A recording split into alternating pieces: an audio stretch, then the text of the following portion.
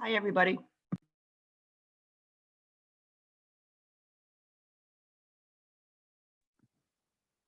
Hello, Rebecca. Hi, Terry. How's everybody doing today for a Wednesday? Good. You look like you're in a fog, a smoky room, Rebecca. Is there something on your camera? Could be. I'm rubbing it off now. Let's see. Is that better? Oh, that's much better. Yeah, there you are. It's like a fog.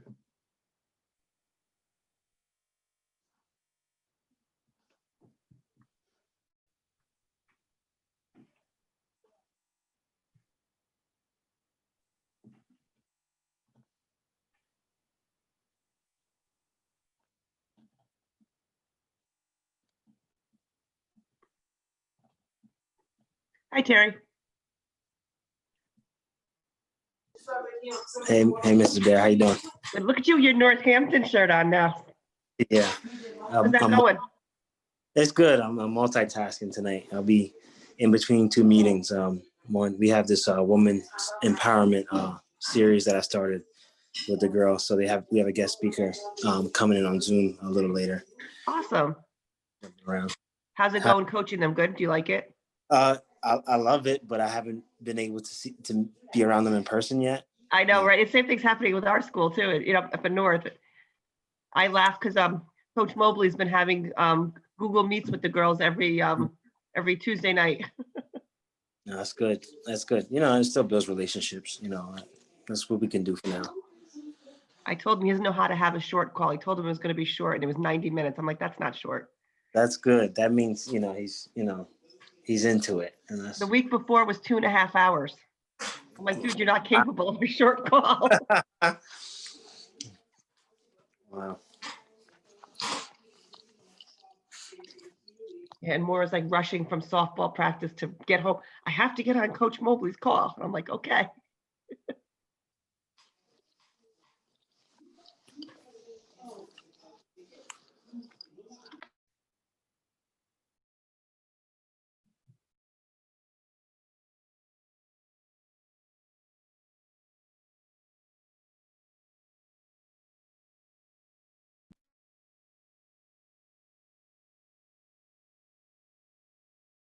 Hi, George. How are you?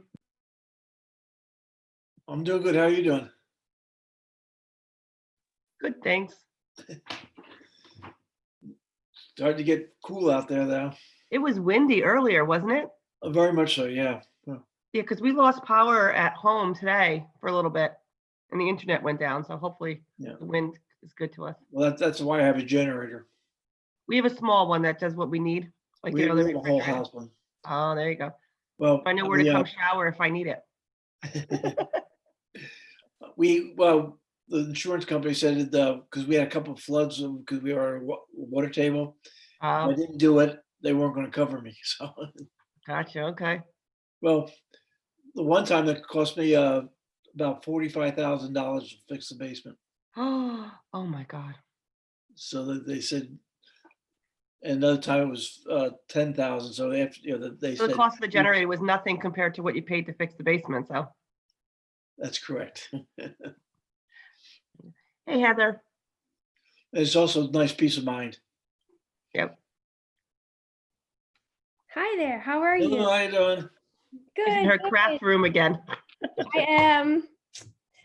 It gives the illusion that I have time to do that. But one day I'll get back to it. I'm not very crafty. I did the day before vacation. We have a really old boat, and the boat cover is kind of disintegrating, and so we were putting it into a nicer boat slip, and my husband was like, I'm too embarrassed to have that ugly thing on there. So the night before vacation, I had ordered fabric, and I'm up in my craft room with my sewing machine. You made a new one? Trying to make a new one. Oh, anyway. I sent a picture to Regina Brotherton at High School South and said, I don't know if you'd be proud of me or you would be awfully offended by what I actually produced. Oh, that's too funny.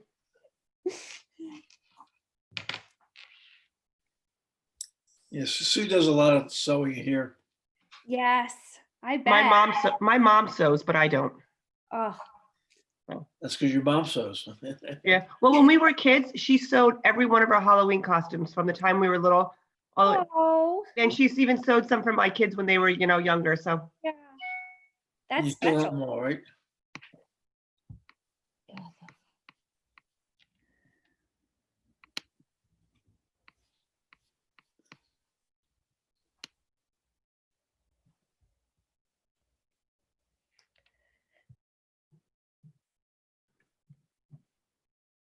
Good evening, everyone. Good evening. hey. Dr. Borman, it's very different seeing you not in the middle school and seeing you on a screen. Yeah, I kind of wish I had a North background, but I'll make do. Thank you. I wore my North shirt. And then you'll have open house tomorrow, right? Yes, correct. Hopefully I can figure out how to do her Google Meet and do her Google stuff to get on. So, Yeah, I think we're all learning a lot this year, which is Yeah. nice.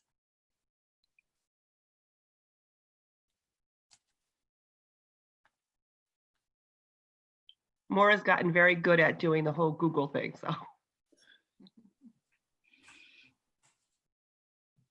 and can you believe Evan's in 11th grade? He's going to graduate next year. No. It seems like just yesterday you had him there. So, Yes, thank you. Yeah, this fleeting sense of time is accelerating and it's a little unnerving.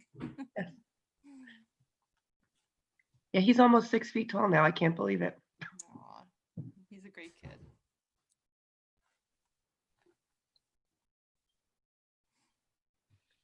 This is Maura's last year at Lehman. I'm so sad. Aw. Well, it's kind of nice to hear you're sad, just because that means that you're having a good time with her Yeah. being there, and she is too. So Yeah. we'll miss her.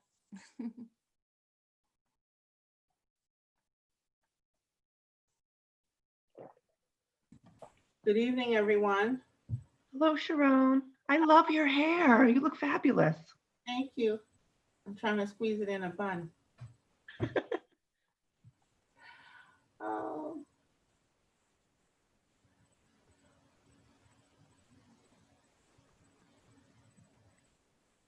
There's Dr. Riker. Hello, Dr. Riker. Hello. Good evening. Good evening. hi, Dr. Vituli.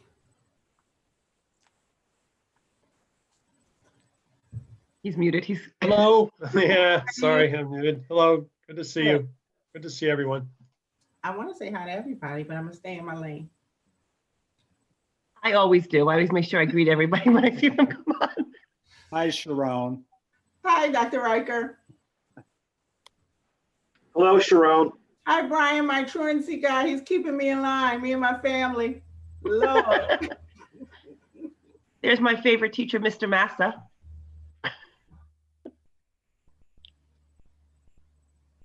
Oh, and my Miss Trinae. There's Miss Trinae. Okay. Hi. How are you? Good. Yeah. Tell Jack I said happy birthday. Oh, will do. You did? Okay. I sure will. He's 6 now, right? 7. 7? No, 7 years old. my baby. Where did it go? They get old fast. I know Jonah's going to be 17 soon, and Joelle's going to be 14 soon. Keep on growing. Laura and I were just talking about Joelle's birthday. She's like, I'm like, it's December 1st, right? She's like, yes, Mom, it's December 1st. I'm like, okay. The same day as Dr. Kulix, who's on the phone too, on the call. Very true.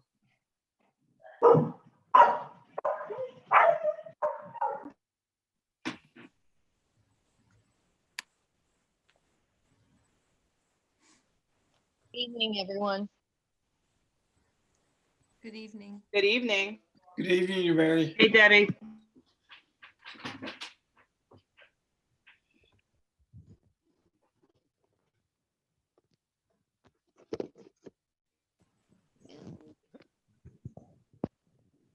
I got a good crowd today. Boring night. Yeah. Just thinking this is the place to be. Dr. Kulik, of Looks course like you're in your you're- office at the school. Where else would you be, right? Stay home away from home. I know. I know where to find you. When I go to softball practice, I always see your car. I'm like, oh, she's still there. Slacker. You're just a slacker, Dr. Kulik. Yes, I am. You have to go with your strengths. I know, right?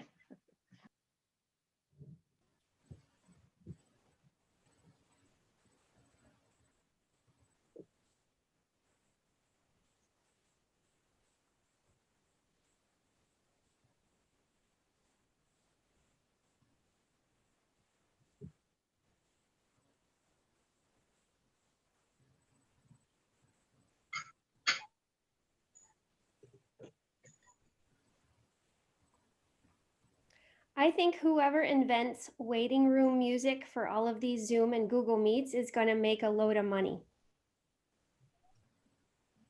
I think you're right.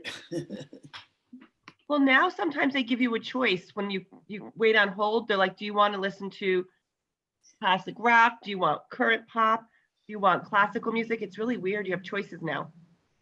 Yeah, it's expanding the options. Okay, I don't see Dr. Riker's face. I saw him a minute ago, but Ms. Piparato, everybody on your team is on, right? I realized I was talking and I was on. So it's been a long day. Hello, everybody. We're going to go ahead and call the meeting to order as everybody on the committee and on the administrative team is here. And we will start with the Pledge of Allegiance. I pledge allegiance to the flag of the United States of America. The United States of America. For which it For which it stands. stands, With God. God, indivisible, liberty and justice for all. For all. Thank you, everybody. I heard the comments and thought I was chiming in that it was a great crowd. And so we're looking forward to today's discussion. We have a full agenda and some important topics to cover. I'm going to ask for a roll call, please. Okay, George Andrews, Here. Rebecca Bear, Present. Dr. Bonilla, Present. and Debbie Kulik. Present. Okay, thank you. Thank you. Now we're going to move to approval of the agenda and minutes. Do I have a motion to approve the agenda for today, October 7th, 2020? And of course, members of the committee reserve the right to add to the agenda and take further action in the best interest of the district. Is there a So motion? moved. Second. All in favor? Aye. Any opposed? Okay, motion carries. Second, I need a motion to approve the minutes from the September 2nd, 2020 meeting. So moved, Debbie. Second, George. Thank you. All in favor? Aye. Aye. Any opposed? Motion carries. I want to make a note, George, as a follow-up to your motion from last month for policy 105, that it is incorporated into the agenda for tonight's discussion by Ms. Piparato and the team. Thank you. Ms. Piparato, I'm going to go ahead and hand it over to you. I'm looking forward to the discussion this evening. Me too. If I have to spend a night with work people, I would have no greater group I'd want to spend it with. Okay, so our first item is an informational item and wanted to give you a first look at our graduation pathways. We'll be coming to you hopefully next month with very specific information, but wanted to let you know Act 158 is legislation that was passed last year actually by our governor, and it includes 5 new pathways for our students to be able to graduate. They are required pathways, and it's supposed to start with a class of 2022.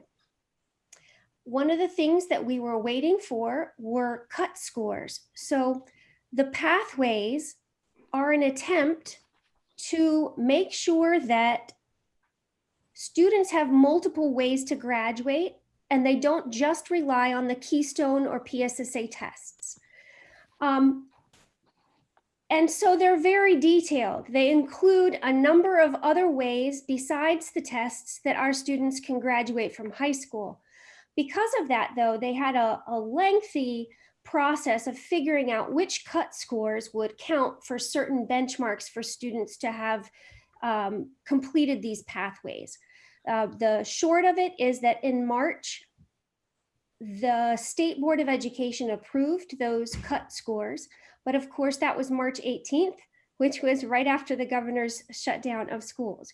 And so PDE has not done anything about that so far. They've been a little bit busy trying to figure out what to do with schools in the Commonwealth. And they have now come out and said that this month, mid-October, they plan to release a toolkit to us. Actually, Mr. Borash, that handout is for our committee members. So we don't need to look at that if that's okay with you. Thank you.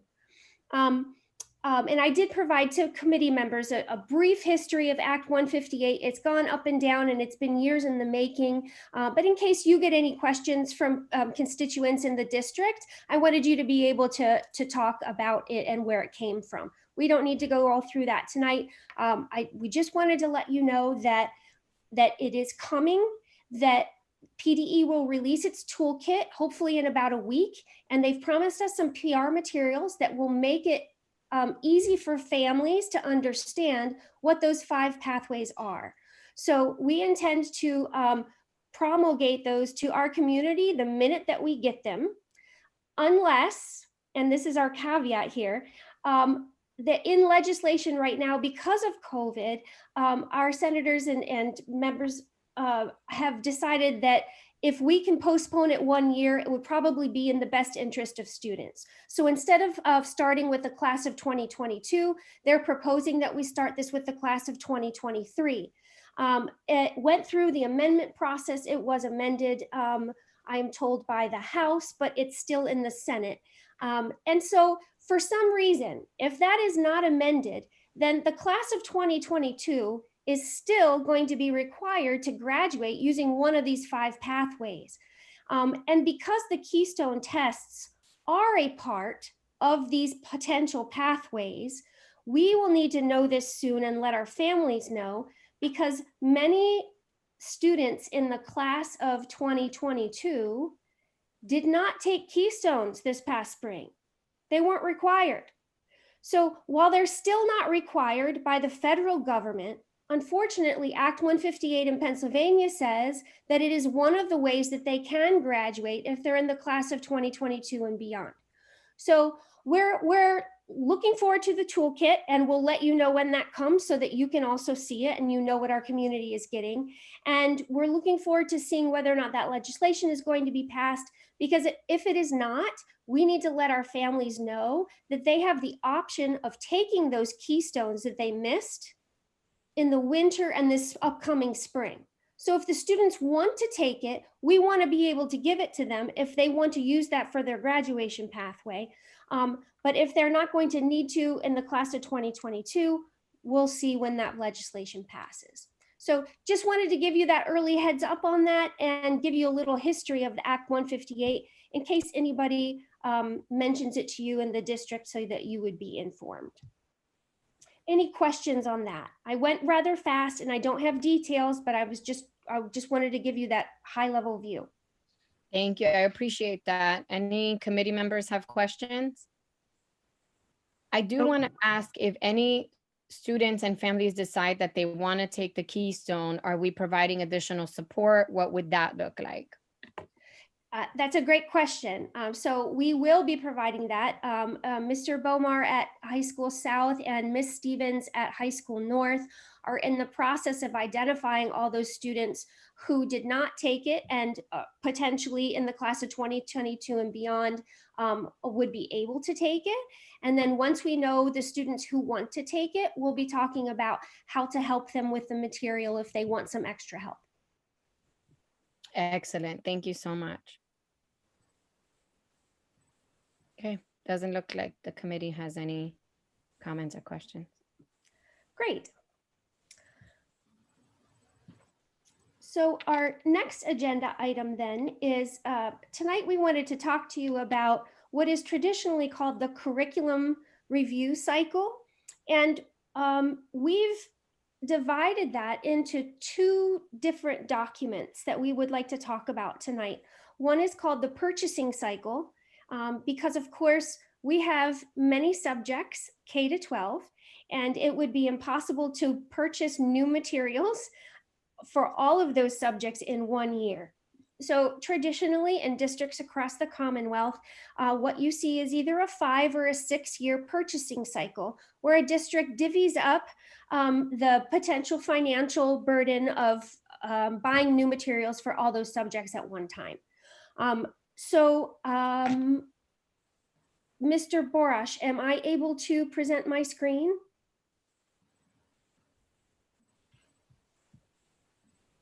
Yes, I can. Okay. So I'm going to share my screen right now and show you the purchasing cycle. And what this will show you is a series of a 6-year process whereby over the 6 years, we will be able to purchase new materials for the different subjects that we have in our school district. And then I'll explain how we got to this point. So let me just share my screen real quick. I want this one. I want share. And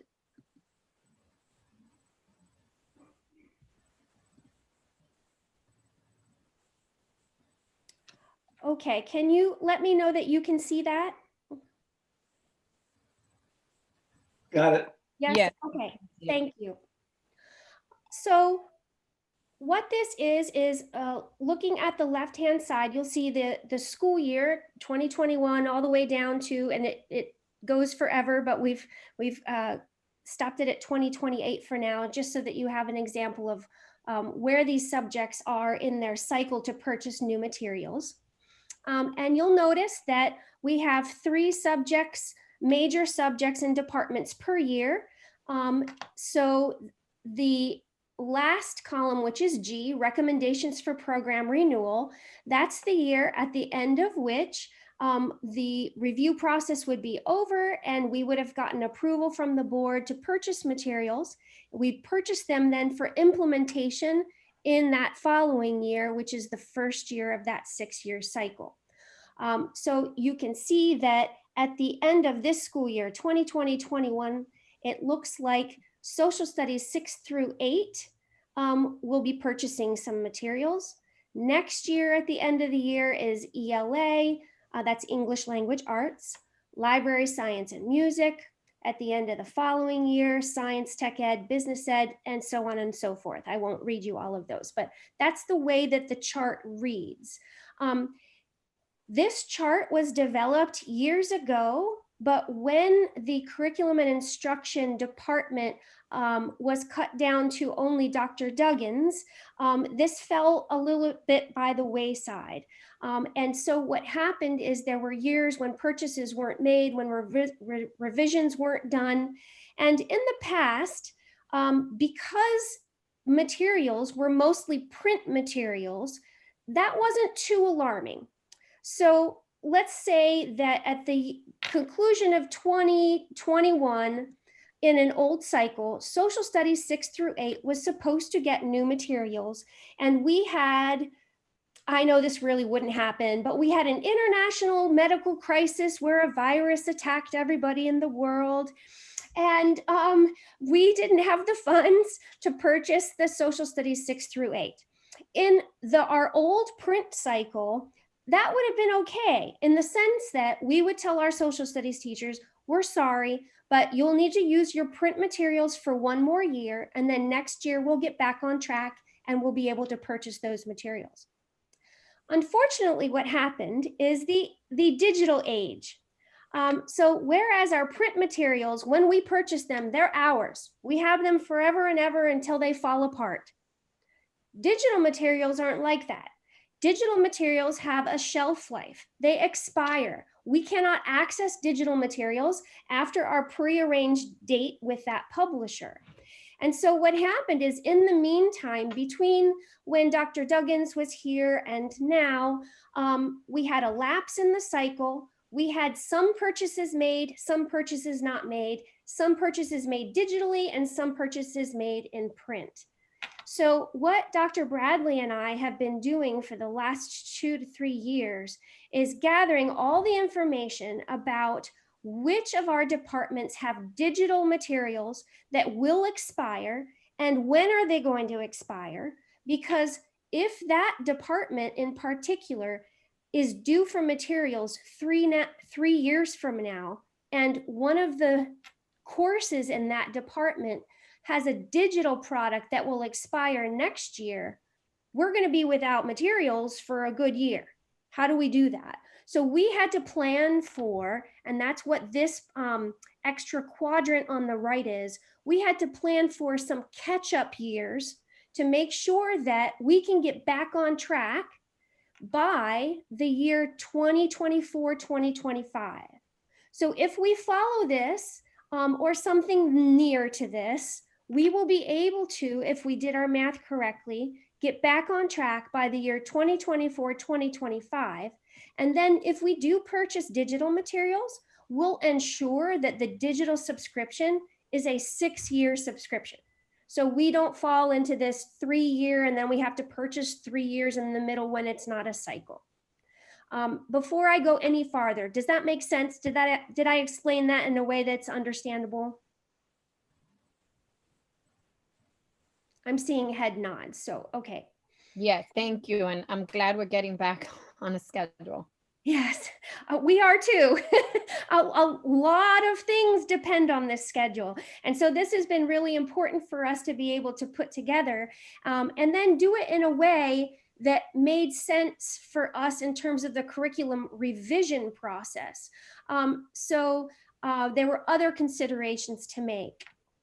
For those of you who are watching at home, or for those of you who have the materials in front of you, then I want to scroll over so you can see the purchasing cycle is really dependent on when you purchase the materials. So for example, in this year, the school year 2020-21, if we want to purchase materials in July of 21 for next school year, we have to know what we want to buy and have it budgeted by this November, by next month, right? Because that's how we do our school budget, which means that what Dr. Bradley and I have been doing is figuring out, okay, who's going to go at the end of the year, that's social studies, and then what catch up of digital items do we need to purchase by July 2021 and therefore budget by November in order to make this cycle work and catch up. So that is, go ahead. Yes. Does that mean that, so the curriculum we're talking about now is set for 6 years almost for that, whatever class books we're getting now or digital? Is that correct? That's the old way of doing it. Yes. Is you write curriculum once every 6 years, you buy the stuff, and then you teach it for 6 years. And then at the end of that 6th year, you buy new things and you teach that for the next 6 years. That's the old way of doing things. Yes. But now, so the new way, are we going to be more flexible? Yes, that's what I'm going to show you next. Okay, I won't be. George, it's like I planted you there to say, hey, look what's coming. We're just getting excited. So wanted to show you that just to let you know we're getting back on track, and that's some of the delay in this has been just trying to figure out all those digital subscriptions. To George's point then, what I want to show you is the fact that if you notice right now, you'll say, okay, in our new review process, which is curriculum revision plus the textbook purchasing process. That whole process takes almost 3 years, 2.5 years, which means that when science is going to purchase materials, as you can see, July of 2023.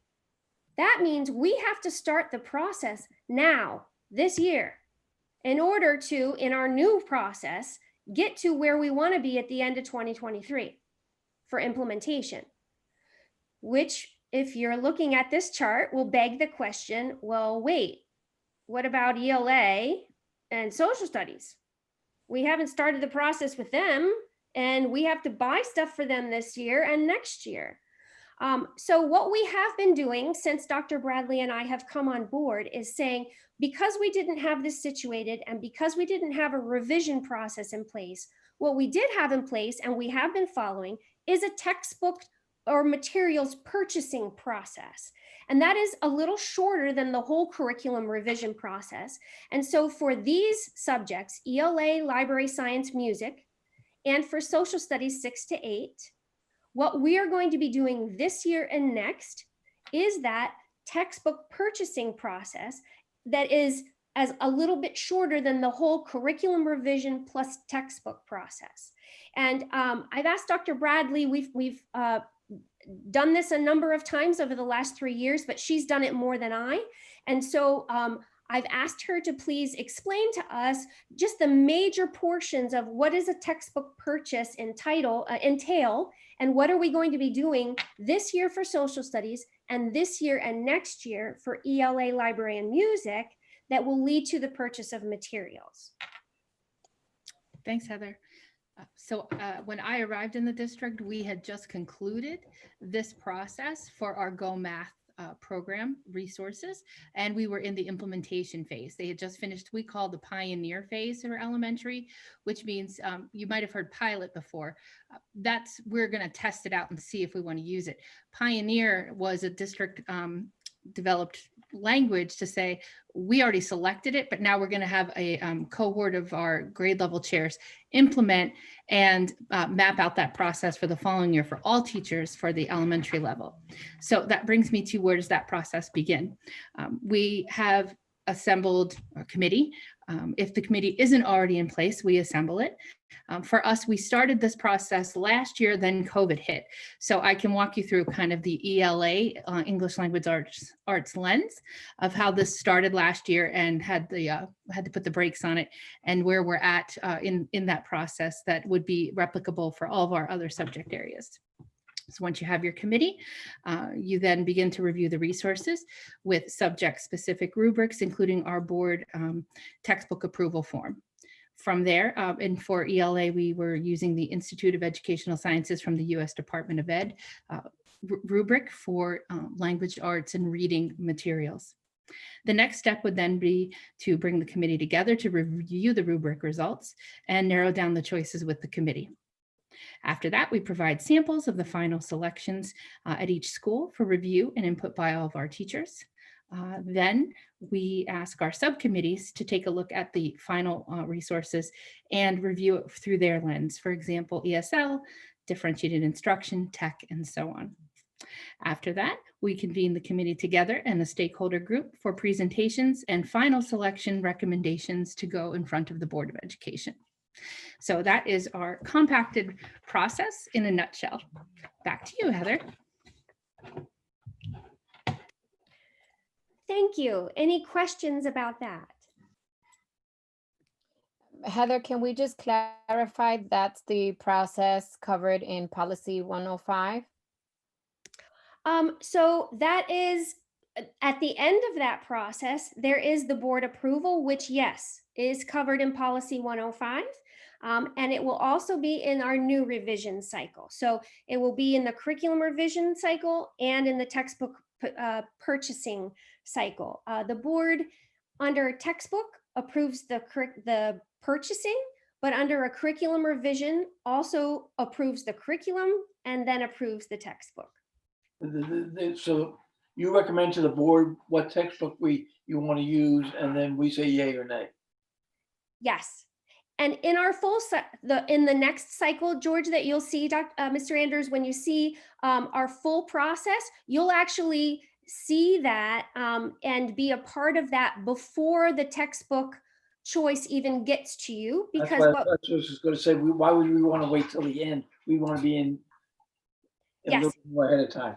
Yes, yes, yes. Okay. You'll see what will happen is we'll bring, and so I'll show that to you in our next slide.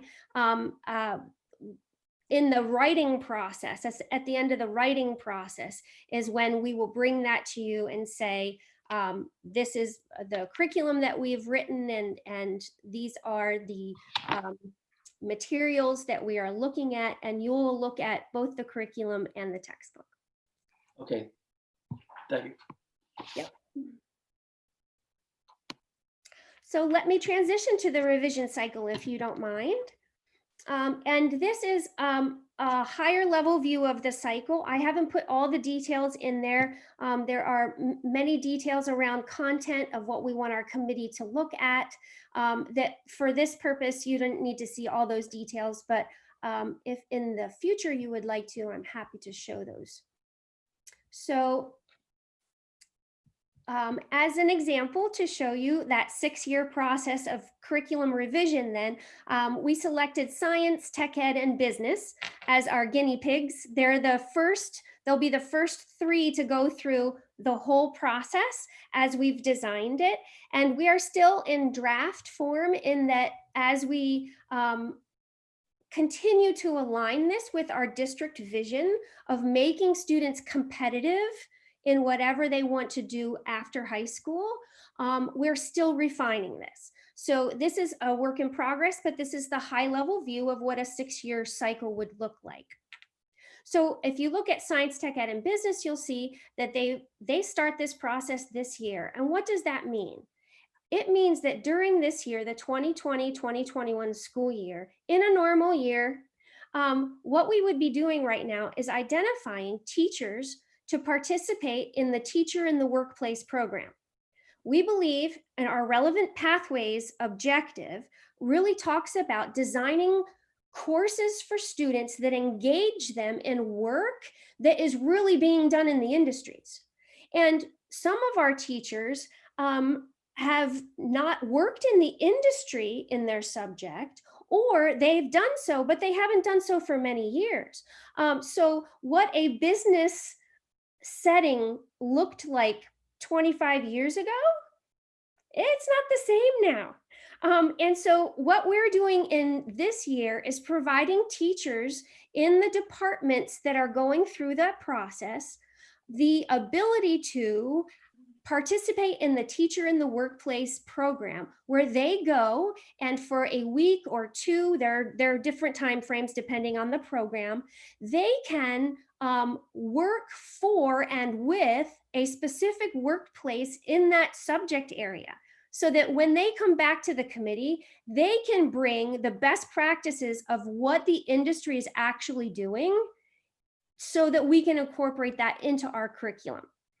So we're grateful for our partnership with Monroe County Pathways and that coalition. They've begun a Teacher in the Workplace program. It is, of course, halted right now because of COVID, and we're anxious for it to resume because we think that's a really crucial part of writing curriculum that is really engaging to students. The second part then is sending representatives from those subject areas to their national conferences that year. What are the best practices in your national organization that we need to make sure that we incorporate into our curriculum? And included in that, you'll see the double asterisk there. That double asterisk really indicates all the points in this process where we're going to make sure that we look at things through the lens of diversity, equity, and inclusion. So we're going to be sending teachers to those conferences with specific tasks. And one of those is going to be how in this industry, in this subject, is diversity, equity, and inclusion being practiced that we need to bring to our curriculum as we write it. So that is the plan for from July to May. Of course, national conferences right now are mostly video conferences, so we won't be sending anybody to conferences, but we are hopeful that a number of those teachers that we'll identify in those 3 areas will be able to participate virtually in conferences and ask some of those questions and come back ready to share with the committees that start then in May, June, July in our next year. So in May, we'll have the committee selection beginning. What we hope to do is make that committee as inclusive as possible. So it is not just science teachers, for example. We would like counselors, special education teachers, we would like students, we would like administrators, and where it is appropriate, we would like parents.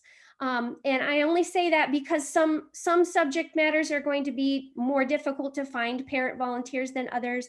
There aren't many parents who are really dying to join a physics committee and talk about physics. Although if we found one of those, that would be awesome.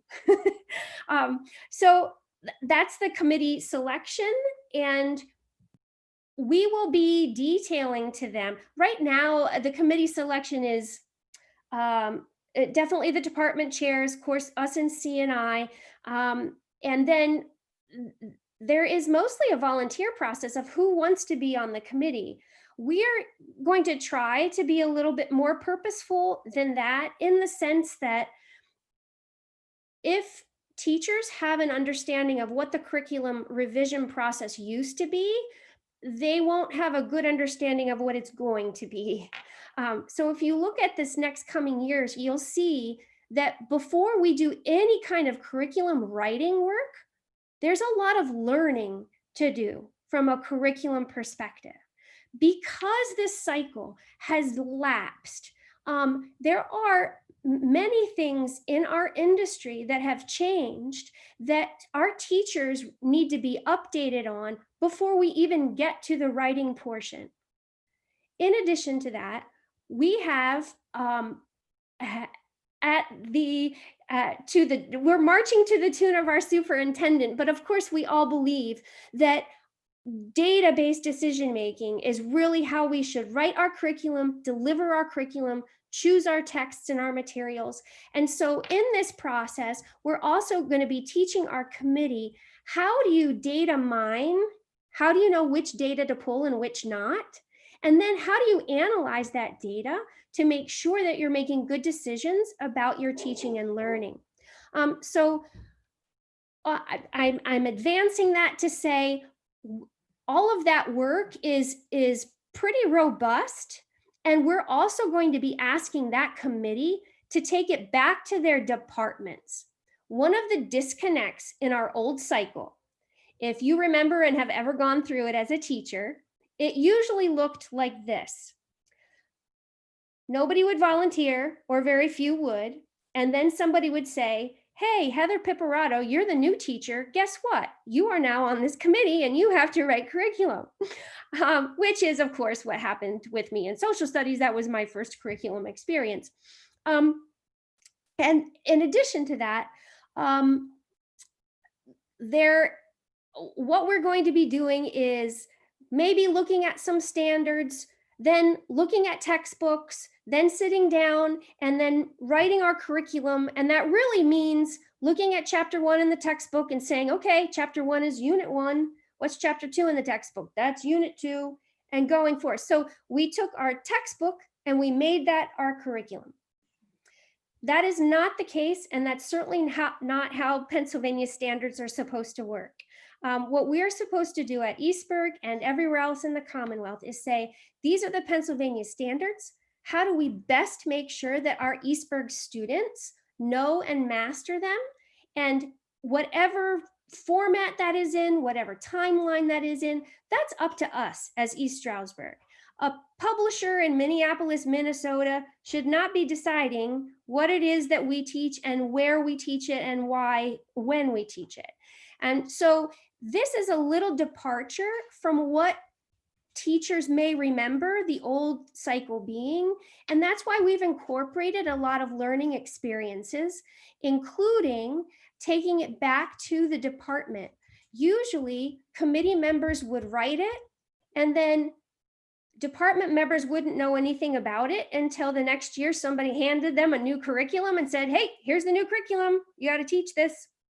And what we're saying is we want to be much more inclusive than that. So every experience that our committee has in terms of learning and writing, they in turn on a monthly basis are going to report back to their department and include them in the same process that they went through in terms of learning what it is that good teaching and learning is. Can In I that, jump? I've yes, got a please. question. I wanted to jump in and say that I love the process being more inclusive so that we have more buy-in at the various levels.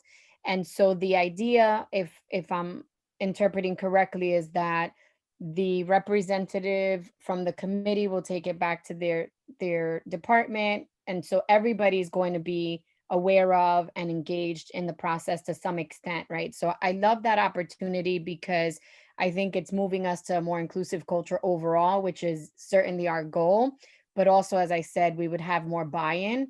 And then I also feel that our teachers will be more empowered with that buy-in. And so there's a lot of back and forth that I think will position us really well for success. The other thing that I want to note for committee members, for the board, is that we also have a stake in this. It's not just about receiving updates, but also being engaged. And so, I mean, this timeline is farther out than right now, but the board is going to be participating in an equity summit provided by the Pennsylvania School Board Association. And we're paying close attention and planning to engage further in DEI resources, training, et cetera. So I would love for you, as we go along, to let us know how we can partner with you and how we can support you as well, so that we're also bringing back some nuggets of information from other boards, best practices, et cetera. And George, you wanted to share. Basically what you say. I think somebody from our committee should be on the committee for the curriculum. I don't care who it is, but it gives us a better feel as a committee people of what's going on. The other thing, are these the three that we're doing? Signing up? Are you signing up, George? Are you signing up to represent our committee? If you want me to, that's fine.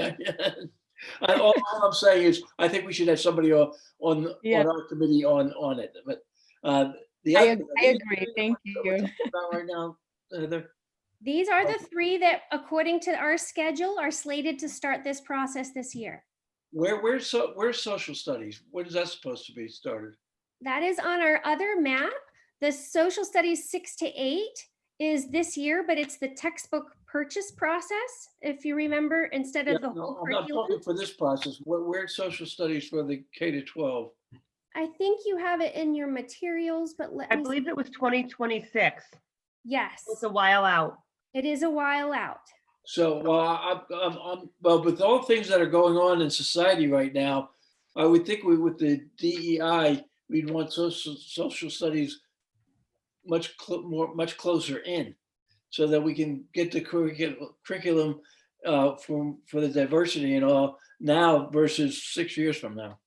I agree. I don't know if you disagree or agree with me on it, but it seems like that's the hot topic that we need to. She's going to give us an update. She's going to give us an update on that, George. Okay. Yeah, so this is this is the cycle, right? But then we do want to be mindful of what's relevant to the students, what the needs of the students are. And so she's going to be able to share some of that. Yeah, I think one of the advantages, I'll say, of having Dr. Bradley and I and others having gone through this process before is really noting some of the weaknesses of our old system. And by our, I mean all of my old districts, right? This was a 5 to 6, and Dr. Bradley's nodding her head. I'm sure in Jersey, it was the same thing, right? That 5 to 6 year where if something new came around the corner, too bad, you got 5 years till your curriculum cycle, you know? And so I'll show you when we're done, one of the things that what we're trying to do to solve that issue, to be much more responsive to cultural needs, to student needs, right? The core of who we are and the core of what we want to do is say, how do we make kids prepared for their post-high school? And saying to them, oh, sorry, you got to wait 6 years? That really doesn't align with our vision. So we'll show you some other ways that we've decided that we'll be able to be more agile as an organization to make those changes to things that students need right now. Great question, George, and Rebecca, good catch. You look at that and you say, wait, does that mean I can't talk about social studies for 5 years? And would you really think that I would do that? I'm a social studies teacher. I wanted to Right. be first. So that was largely, the order of that, honestly, was largely driven by those digital purchases. There was no other way to do that, to try to be financially responsible, fiscally responsible for the district and play catch up. We didn't want to have those 1 years, so many of those where we digitally were trying to purchase new products. So we did it in the shortest time period that we could.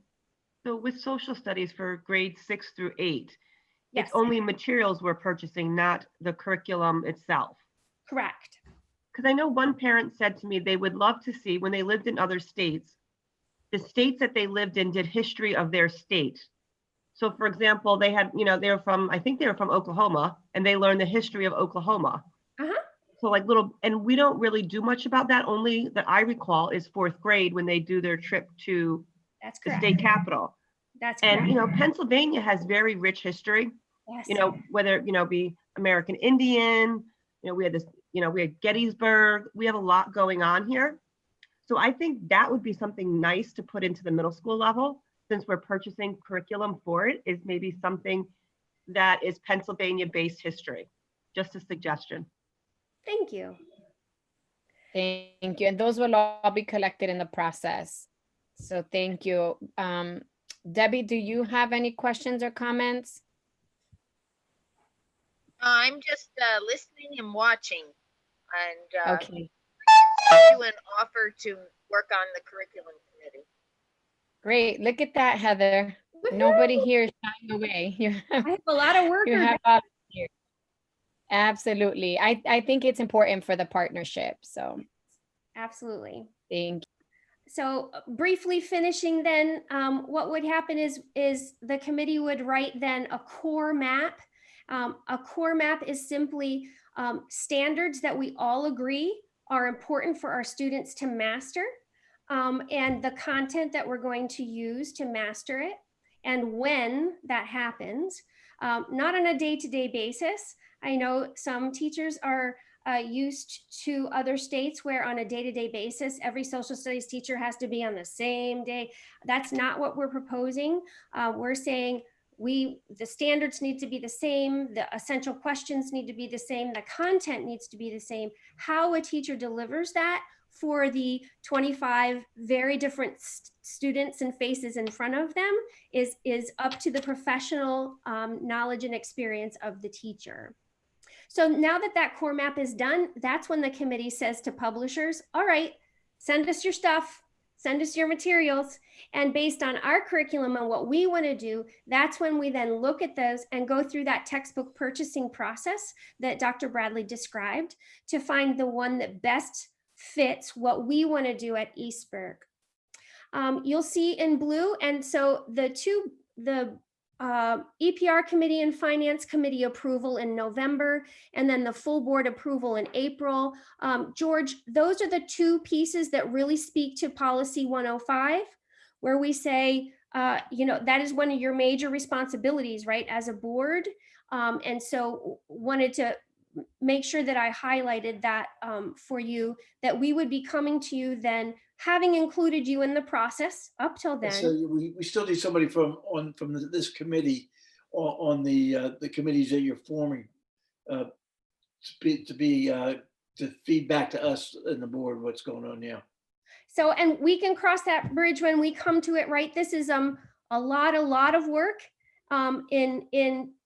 This represents almost 12 times 3 different subjects, 36 meetings. So happy we can go through and say, how can we include the board? Happy to have you, right? Wondering if maybe we can pare the process down for you so you wouldn't have to be at every meeting, but we can talk about that as we go through. But also I want to point out that the education committee monthly meetings are a forum for regular updates to ensure that all the stakeholders are along for the part of the process that's digestible. So I appreciate that. Yes. Yeah. This committee never existed before, so I think it's important that we utilize the committee to its fullest by including us in the process for this as it comes up. So when it does present to us, we're not like, what? So this is like the perfect time. So, just an update. We met and we discussed. Yes. You know. Perfect. So according to Dr. Bradley's process, like she explained, I think the pioneer, again, different from piloting. In a pioneer, we've told the publisher, okay, we're going to go with your book, but we want to have some free sets of material for this spring for teachers to be able to pioneer and work the bugs out and really help understand the process, so then they can bring it to their fellow teachers.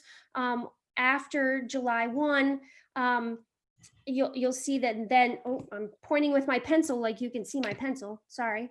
Here we go. CNI purchases on July 1, and then the pioneer teachers and the committee help the other teachers understand it, get the new materials, use the new materials, and set up for the fall.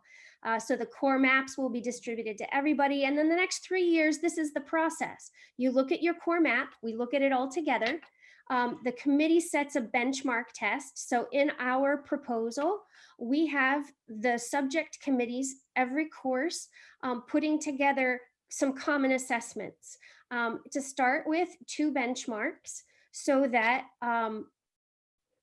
again, how a teacher teaches it, completely up to the teacher. But somewhere in the course, we all benchmark our students to make sure that all of them are getting the standards and essential content that we said in our curriculum map we were going to do. During this process, teachers will do something called diary mapping, which is just basically jotting down on a weekly basis what they did and what they covered, so that when they get together and they talk about the results of the benchmark, they can compare what they did and how they did it.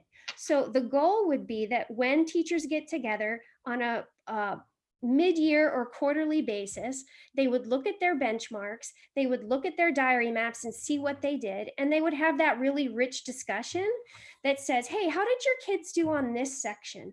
Oh, mine were terrible. They didn't do great. I thought they would do better, and I tried this new thing and it didn't work. How did yours do? Well, mine did well. I tried a new thing too, but it worked really well. Great.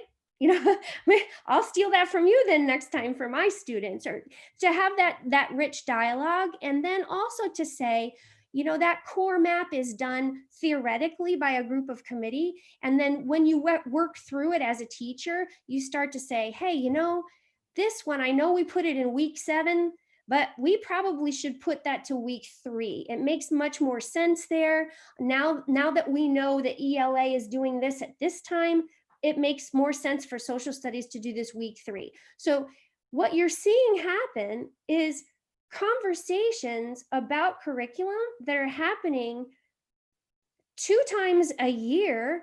Sometimes we hope to get to 4 times a year, as opposed to once every 6 years. So we're excited about putting this into place. And what's really going to happen then is at the end of that 6-year cycle, it's not like we have to pick up and relearn everything again. We've been doing this now for 6 years. We've been having that dialogue, looking at our curriculum, revising it as we go. The curriculum revision process and cycle then in 2026, 27, when Dr. Bradley and I really have gray hair as opposed to the hair that we have now, it will be much shorter, because all of our teachers will have really understood that process, and they'll be engaging in that dialogue all the time, as opposed to just once every 6 years. I love that, Heather. And I just want to point out one of the opportunities that stands out to me is the space for peer-to-peer mentorship amongst the educators, right? So that they're able to engage and support one another, share best practices. As you said, this worked for me, this didn't work, but also addressing a concern that has come to the board's attention, and I know to the administration's attention, to be sure that our teachers have the opportunity to be creative and to be able to implement in their unique ways, right? So I really like that. Thank you. Yeah. To be able to, you've heard me say this before, and you've heard other people say this before. Ideas that we have are just things that we've harvested from people who are much more experienced, intelligent, and know who've gone through things, right? That's how we learn best. That's how we bring learning to our students best. So a process like this that takes advantage of that, we're hopeful will really continue that dialogue.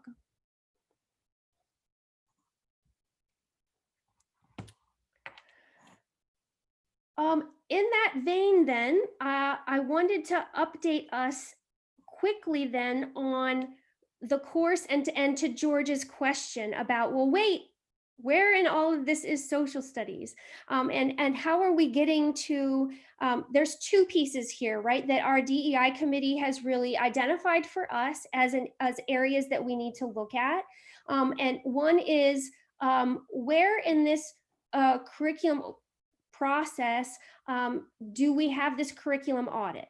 A curriculum audit, as we think about, would be almost impossible to do in 1 year of all of our curriculum. And so what this does is it's really important for us to put this into place, because it's not it's looking at all of these. I keep pointing to it instead of using my cursor. It's looking at all of these areas as we go through that lens of diversity, equity, inclusion. Not only that lens, right? Other lenses too, but being very purposeful about that lens that we look at, so that it's not a one-time curriculum audit. It won't go away. If we embed this in a process, if all the members here decide to go away tomorrow, we're not reelected to the board, we go to other districts, it won't matter. There's a process in place, and we know that DEI will be looked at in future years, not just 1 year through a curriculum audit process. So we heard that loud and clear from the DEI committee. And then secondly, the proposal of a course. And so as you can see in this, with social studies being so far away, we wanted to also solve the problem of how do you get courses in when your cycle isn't for another 4 years, 5 years, 6 years. And so that's when I would like you to visualize our continuous improvement wheel, our 5 circles, which are our mission objectives. We've talked about this before, you've seen this visual. And then through our mission objectives, those strands run through our professional development, money, HR. What we are enabling those committees to do, our mission objectives committees and our supporting systems committees, what they're going to be doing on a yearly basis is using data and saying, the data is telling us this is an issue for us here, and we want to improve it at East Stroudsburg. Therefore, this is our action plan to do this. This is the avenue we're going to use then to make sure that that course comes to be. If the DEI committee says, yes, this is an imperative, we're looking at data in East Stroudsburg. It shows us that our students, we have a large amount of population that for whom the history that we teach is not representative. It marginalizes maybe some of our students. We may say it in passing, we may have a unit on it, but are we really helping our students who don't come from a white European background to understand who they are in the historical perspective in social studies? And if I'm misrepresenting anything that the DEI committee has talked about, I apologize. Please feel free to correct me. But I think the impetus for, hey, we need to look at our curriculum and we need to look at our course is because we do have students in East Stroudsburg for whom our current social studies curriculum, we think, is not meeting their needs of understanding who they are and understanding this time in history and their place in history. Did I mischaracterize that at all? Can anybody kind of give me a nod? Yes, am I on the right track? Heather, if I could just minute, I don't know if this is just for committee members. Can I speak? Go ahead, Jerome. I think the opportunity, I think it's actually vice versa. It's not that the a subset of individuals in the district don't feel as though it meets the current curriculum meets what they're expecting. I think there's a larger subset in the district who don't know about the other piece of information. So I think it really is, it's opposites attract, but I think it's important to think of it from both perspectives. And I know you guys are working really diligently on this. I do also want to just stress that, in my opinion, DEI just isn't social studies. DEI is infused in every class, every piece of curriculum that we do. And I would hate to see it just be targeted under social studies because it's much larger than that. The other thing that because my first time, and I know you guys talked about a committee who would be reviewing the committee from those perspectives, from the individuals who did volunteer. I think we should have more diversity because don't take it the wrong way, but it's 3 white women. And we want to make sure that the committee reflects a diverse pool of subject matter experts who can add value from different perspectives. Just my thoughts. So I'll react to Sharon. First, thank you for coming. I know we get a chance to read the minutes and kind of update on different committee meetings, but when you're here, you get to contribute. And so we appreciate your thoughts. And so I'll chime in a couple of ways. One, it's absolutely a twofold in response to both of your comments. It's absolutely twofold because it is about our students seeing themselves reflected in the content, but it's also about other students being exposed to differences, diversity, right, information. And so we want to be sure, as I've said in this committee, but also outside of this, that we are preparing our students in all aspects. And a life skill really is to be prepared, to understand, to have a level of knowledge base with diversity, equity, and inclusion. And those are 3 different processes, right? We say DEI, but we all know in the group here that it's not one process, right? The process of seeing diversity is one, the process of feeling included is another, and then the process of aspiring to equity and then actually achieving equity, can be seen as long-term process, that continuum. What I want to share in response to Sharon's comment is that, and I was waiting for Heather to finish, but I think this is the right time, is that we're working with the DEI committee and Mr. Bomar and Ms. Lurie are on, and so we'll ask them for a quick update, but they have been doing this work for some time. They are representative of our district, and they have a diverse pool of people that they're working with. And so what we've now been able to do is start partnering from the different angles. So I've been working with them informally to support what they were already doing, but we're looking to formalize that more. Ms. Piparato is now on the committee from a central administration lens. Mr. Zoll is joining from the HR lens, which you and I are working with him on DEI and HR practices. And we have some other members of the community. We would welcome ideas that you have as well, Sharon, based on the work that you're doing in the community, so that we can support the work that they're doing from those different angles. But as we formalize their committee to become a partner in the work, we definitely will diversify the process and the lens by which we're looking at all of this. So Heather, is now a good time for me to ask Trinae to give an update on some of the training and ideas? So I want to ask Trinae, Trinae, I'm going to ask, 1 second. Do you have to go? Is that? I can't see the video. I'm sorry. I'm trying to get to you. I was going to ask Trinae to share an update on the trainings, and then I wanted to share an action step through Terry to share the next committee meeting and what's been happening with that. All right. Good evening, everyone. There has been some great things going on in East Stroudsburg in regards to DEI training. I completed the training that I did in August. However, I also did a DEI training with Mr. Bomar's DEI group at South High School, which I concluded today. It was not the entire training, but it was just to give them an overview of some of the things that we're trying to do and how we're trying to incorporate this in our school and our students, and making this something that we start to incorporate more in our daily occurrences as teachers.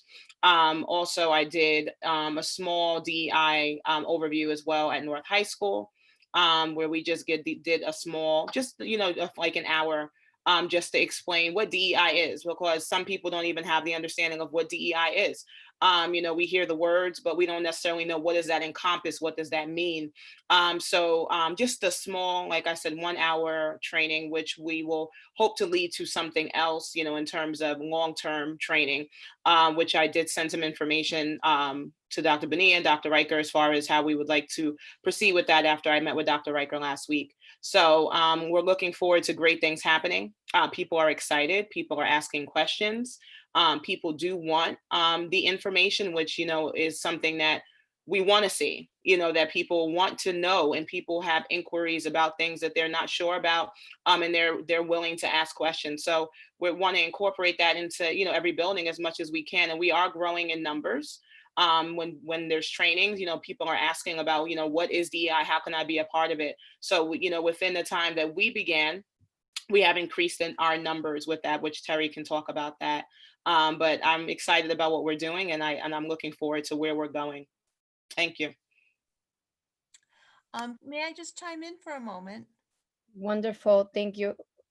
I'm sorry. Can you hear me? Yes, we haven't we haven't completed the presentation yet. Can you hold on? That's okay. No, that's okay. Trinae, I wanted to thank you for the update, and also thank you for the plan, because we're looking to grow the number of individuals that are trained and participating in this discussion pretty quickly. So we want to pick up the pace. We want to be sure that we have more individuals that are exposed to the conversation, participating in the training, so we can spread the knowledge base, the energy, the excitement, and pick up the pace with the momentum. Dr. Riker, did you want to weigh in on the trainings before we go to Terry's update? Sure. Trinae and I met last week, as she said, and what we're looking to do is on our Wednesdays, when students aren't physically in our schools, Trinae has provided me several dates for cohort groups that would begin in the month of November and actually go all the way through the end of the school year.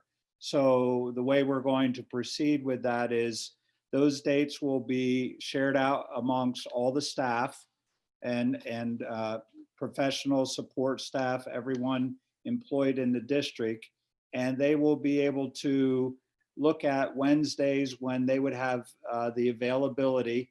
They'll work with their administrative team and their buildings when they would be available to register for one of those cohort groups, which would be 3 different training dates that they would participate in. So that should be going out in the next week, and staff members will be able to work with their administrators at their buildings to sign up for cohorts that will work within their schedules. So we're excited about it. Excellent. Thank you so much. And I've heard from individuals who've participated. And one of the things I heard, which transitions us nicely to Mr. Bomar's update, is that individuals have become interested in engaging through the committee in some way or more active participation. So thank you for that update. Terry, can you give us an update briefly on the committee? What about the board? Or when are we going to get trained, or do we sign up for one of these trainings that Trinae's doing? That's a great question, George. So we are not, at this time, we're focusing her time and energy. It's a lot in addition to what other responsibilities she has. So we're going to start our diversity training with the Pennsylvania School Boards Association. We have the Equity Summit that we are all participating in, quickly approaching.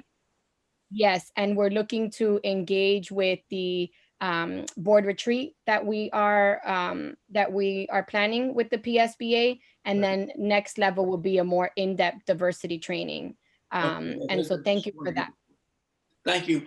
Yeah, thank you for that question. We have it's moving quickly because we have several efforts going on at the same time, and it's all going to come together. I've talked with Dr. Riker and Ms. Piparato and several others, and what we're doing right now is pulling tools together that we're going to use to start ensuring that we have, so we have the framework, we have the committee we have the moving parts in place, but we want to be sure that we are documenting and tracking in a way that solidifies the work throughout the district at the different levels, which is what Heather was talking about in terms of if none of us were here tomorrow, we want the work to continue and we want people to be able to pick up, you know, where we are. So we're looking to ensure that we have tools and resources at the various levels so that we're all on the same page. But there's a lot of great work happening. So Terry, I want to go to you. I know you had a comment, and then also ask you to give us a brief update on the committee as well as the next meeting. Thank you, Dr. Bonilla. All right, so I'm going to probably touch on all those things that we've talked about. I want to start with just talking about a report of what's going on in our district. So I'm almost piggybacking off of what Trinae said and Dr. Riker said. We've actually, not only have we done diversity training that where Trinae has led that in North and South. We've also started LGBTQ inclusivity training, which was led by Danielle Catrillo. We've had that done for our DEI team at East Stroudsburg South, and she plans to do it at East Stroudsburg North in the upcoming future. Through that inclusivity training, I have a student, one of our students, putting together a short video presentation to show at one of our future meetings. Our staff who attended are currently, trying to promote gender equality through things such as the use of gender appropriate pronouns in their email signatures and syllabi. Next week, we have our first annual HBCU virtual panel. HBCU, for those who don't know, is a historical Black college or university. We have 6 HBCUs attending. It will be live. It will be for our North students, the South students, and the soccer students. Our target grades are 11th and 12th graders, and that's October 14th at 11 a.m. And it's moderated by our DEI team at the East Stroudsburg South campus, with partnerships with our East Stroudsburg North campus as well. Our flyer, I don't have it with me right this second, but it will be distributed tomorrow. We had to work on getting the registration link. We set it up as we would do for our school board meetings. So it has the same structure where we will have it live, YouTube live streamed, so that people have access to it at other times and dates, to make that manageable for people, because we do have PSATs around that same time. We also have a couple of our teachers in the district celebrating Hispanic Heritage Month through some lessons that they're sharing from October 5th to October 15th. And they're putting together a collage of artifacts from lessons to be displayed on our Southside Live and North News websites. And we will be able to actually probably present that as well in a future time at one of these dates. So that's some of the things that's going on already. I didn't want to reiterate the great things that Trinae's doing. I wanted to piggyback off of what Heather Piparato said. So we as a DEI group or task force or initiative, we want to also make sure that the things that we're doing is backed by data. And thank you, Heather, for coaching us through this. And we want to make sure we're looking at target areas. So some of the areas some of us discussed today, and we still have some discussing to do, is looking at infractions. When it comes to behavior and attendance, and so when I say target areas, is like we're trying to see if these are what is there a disconnection between how we view diversity or diversity in our district when it comes to our students and staff, or how we promote diversity. So we're looking at some target areas. We're gonna try to look at infractions when it comes to behavior and attendance. Maybe student perspective on diversity, but through the use of a survey. How do they view the diversity in the district? Student to teacher diversity ratios. The hiring of diverse staff in the district over time. So looking at the past and monitoring what that looks like and what those numbers are over time. And the demographics of between basic our demographics in basic classes versus AP classes. So those are some areas that we discussed to kind of examine as target areas. And what we're looking for is we're asking these questions. What are possible root causes? What is our implementation focus for the year when it comes to this? What actions will we take once we kind of figure that out? What will be our evidence of success when we actually take that action? What professional development will we need? What financial resources will we need? And who do we involve in the process? And last but not least, these things that we're doing, these are our goals, is to use DEI, as Sharon was saying. It's not just about a curriculum audit. Our goal is to use the lens of DEI to improve areas of district improvement.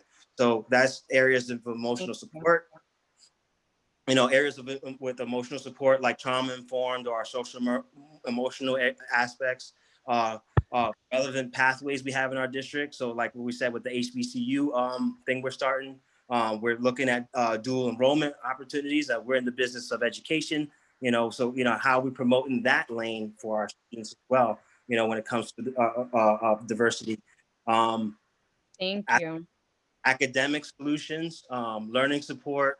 We're looking at that, and I mentioned that when we talked a little bit, comparing learning groups, our learning experience. We talk about the curriculum audit, 504 plans, IEPs, how those, affect how the DEI lens affects those things. And so that's how, those are our goals. Right.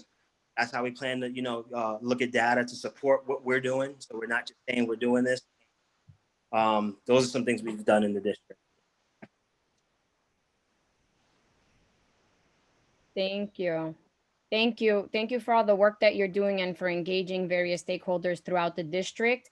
And we will have a more comprehensive update as you clarify and solidify some of those areas that you've highlighted, because we want more people to engage. And this committee meeting is an opportunity for us to engage others. We're gonna go ahead back to the agenda. We have 2 more items on the agenda, and then we will open up for public participation and comments. So Ms. Peperato, can you take us through the next 2 items on the agenda, please? You bet.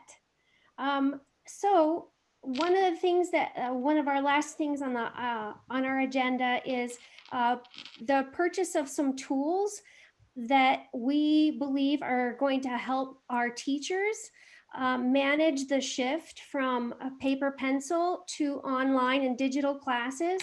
So when this first started, our DLC team of about 43 teachers who had our instructional technology experts, I would say, really implementers, suggested 10 to 15 apps that would be really good for teachers to have to help them in this process. From that, we took our instructional technology coaches, we engaged them in the process with Mr. Borash and technology director, and we narrowed that list down to 4 apps. The purchase of which, there are some paid free versions of it, and our teachers are using the free versions of it, so they're getting their feet wet with it. But these are apps which can be purchased for a year, and whose purchase will greatly help our teachers make that shift from our paper pencil lesson plans to online lesson plans. So we've done the research, we've narrowed it down to those 4. We're going to be taking usage data from each of those for all the quarters after we've purchased them to see if then in future years we want to buy it or not. But we're going to be looking at how it is that the teachers have used them. Our technology coaches have PD planned for these apps if teachers would want them. And so we're coming to you and showing you those 4 apps. They're Nearpod, Screencastify, Mote, and Edpuzzle, and they're the quickest, easiest tools that are good for teachers to help our students engage in the lessons and to give our students formative feedback in a digital way so that they can keep up. Are they, they're pretty much all making videos and whatnot, are they not, Heather? Nope. No, so Edpuzzle is a video that you can embed things in. Nearpod is a presentation system where you can do polls and interactive activities. Moat is a oral audio feedback tool. So if a student gives you a sheet, if you have Moat, you can press, instead of writing 3 paragraphs about what you want them to change or how you would like them to reflect, you can talk instead. And then the student will hear that audio. And then Screencastify is video. So it makes the teacher more efficient. Yes. Yep. And you'll bring this to the finance committee? After this, we will. I believe so. That's what Dr. Vituli told me today. It's approved. Okay.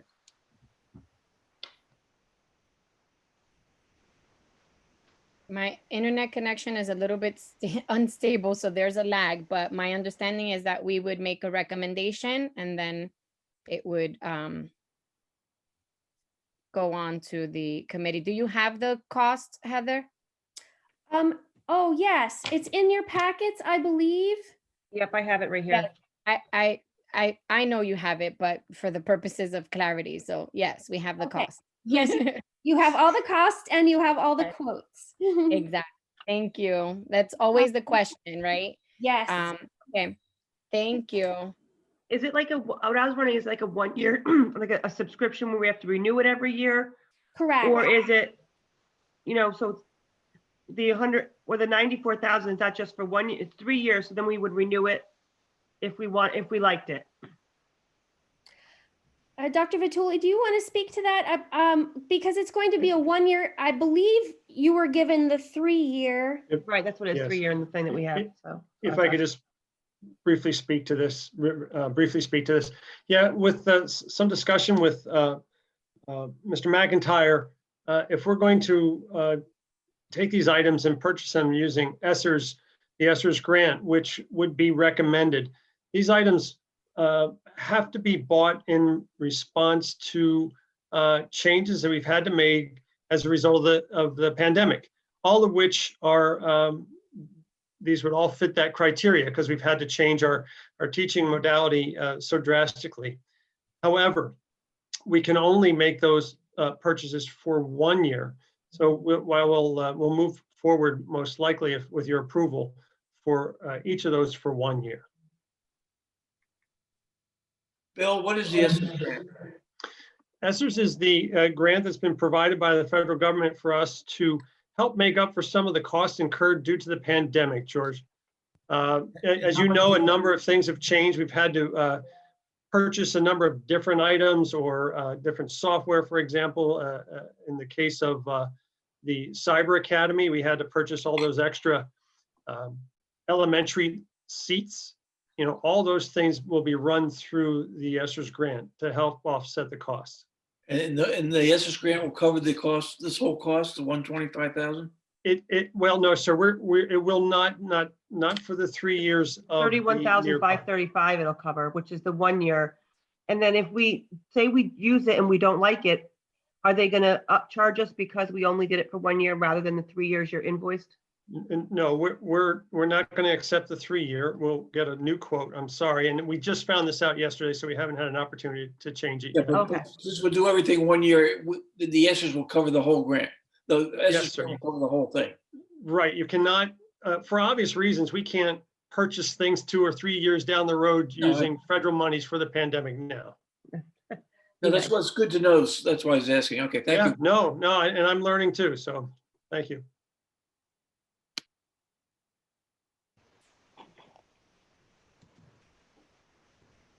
Thank you. And then we have one more item on the agenda, but before we move on, Debbie, do you have any questions or comments?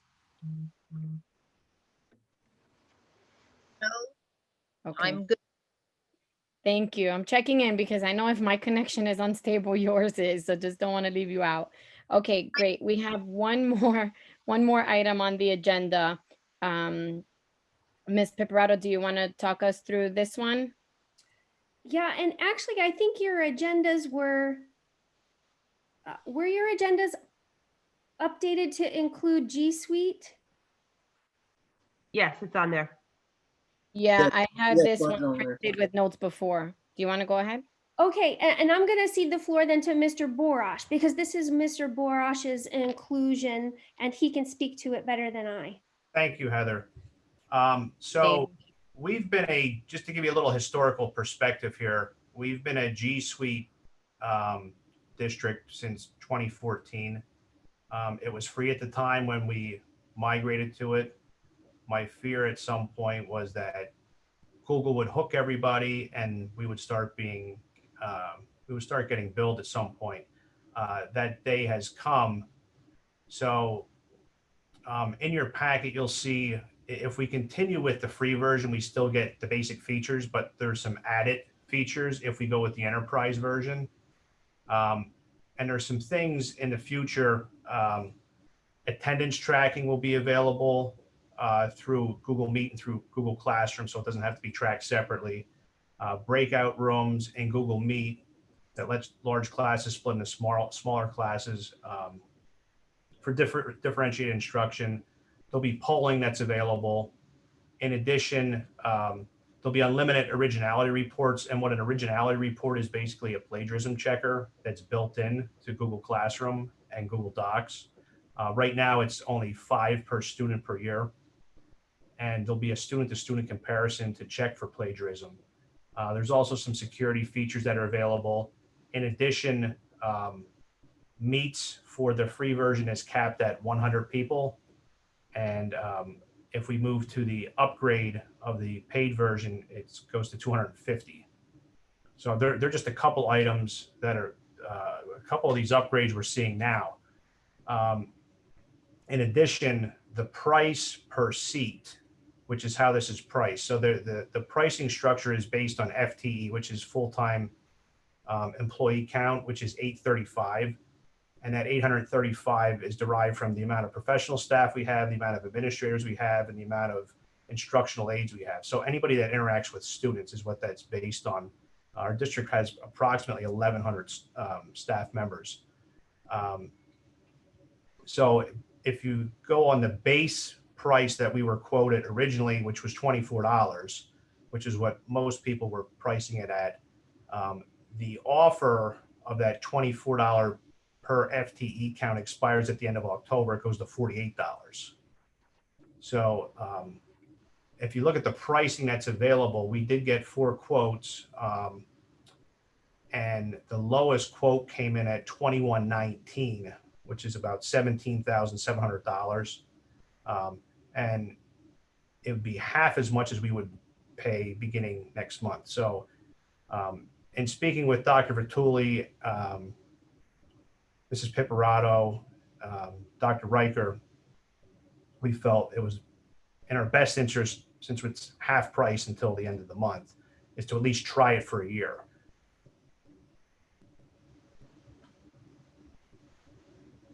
And to kind of follow up with what Dr. Vituli said, this purchase would be ESSERS available. ESSERS, it would be available to be purchased through ESSERS funds, the ESSERS grant funds, because it's additional items that we'd be using for the at-home learning. This is to replace G Education or G Site? It is not a replacement. It is to turn on additional features. Oh, okay, so it's G Site with additional features. Okay. That's I have a correct. question also. It's an upgrade, right? That is correct. I have a question. Some of the things that you were mentioning that G Suite Enterprise, the upgrade offers, sounds like it's an overlap to some of the apps that we also wanted to purchase. So have we looked at what the overlap is before we purchase 2 things that might do the same thing? So let me just hone in on one piece. So that attendance tracking piece. So right now we use Google Classroom as our learning management system. Mm-hmm. We don't have any other learning management systems that we use, nor did Mrs. Pipperato propose a replacement as for an LMS for Google Classroom. So that attendance tracking piece would be for Google Classroom. It would not be an overlap with any other programs. In addition, the security pieces that are available with this, That's available for only Gmail, Drive, those core Google apps. Again, they won't be available in these other programs. The Plagiarism Checker is unique to items that are submitted in Google Docs, Google Sheets, Google Presentation. So they would not carry over to any other programs, just the core Google Suite programs for education. Right? Is there some overlaps with the program we talked about yesterday? No. No, okay. No, but one of the things she mentioned, I don't remember which app it was, you mentioned similar things that the Google did as well. So that's why I was asking. So. And I think it was Moat is the one that she mentioned that had some of the same features that you mentioned. Or maybe it was Screen. There's a lot of them that that were on here that we were looking at, and I'm trying to find the overview of what each one does. But it sounds like there might be some overlap, and I was just checking to see if there was, because I don't see paying for two things that do the same thing or similar things.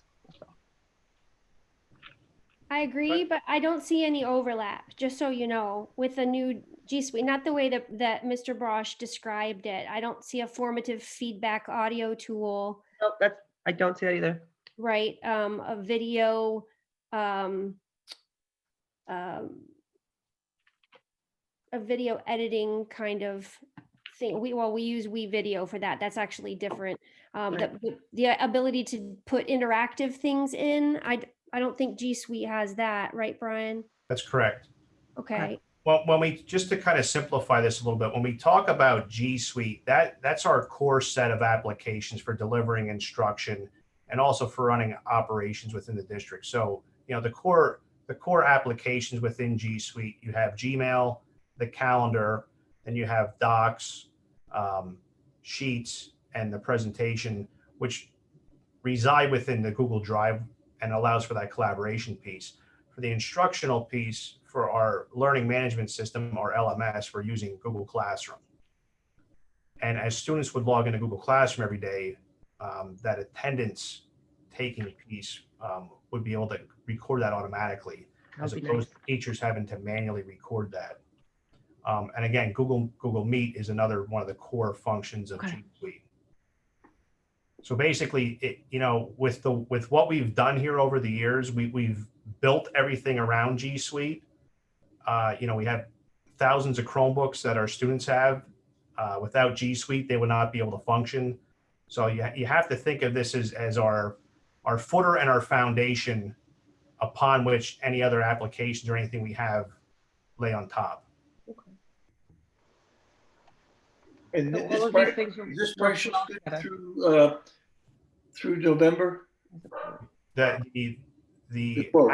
promo price is available through the end of October. Pardon? This month. So we The have to get it on price- the agenda quickly if we're going to do it. Yeah, so we got to get through this committee and the finance committee. that's correct. So that's why I was asking. So we'd have to say okay today, so we can get into the finance committee next week. Yes. That's why I was asking. Now, again, I mean, if it would to stall for some reason, or the board would decide to hold off on it, the price does double. So that's why I was that. asking the question. Yep. That's a big consideration in terms of how we use our dollars wisely. So we have two recommendations on the list for tonight. Yep. And the G Suite works well with the apps that we want to use. They're going to work well together. There's not going to be any glitches because of anything like that. Because I don't want to have any, that kind of stuff going on. That's a good That's correct. question. They've been tested to work well together, correct? Yes, all four of those have been demoed by our instructional coaches as well as our technology integration coaches. Okay.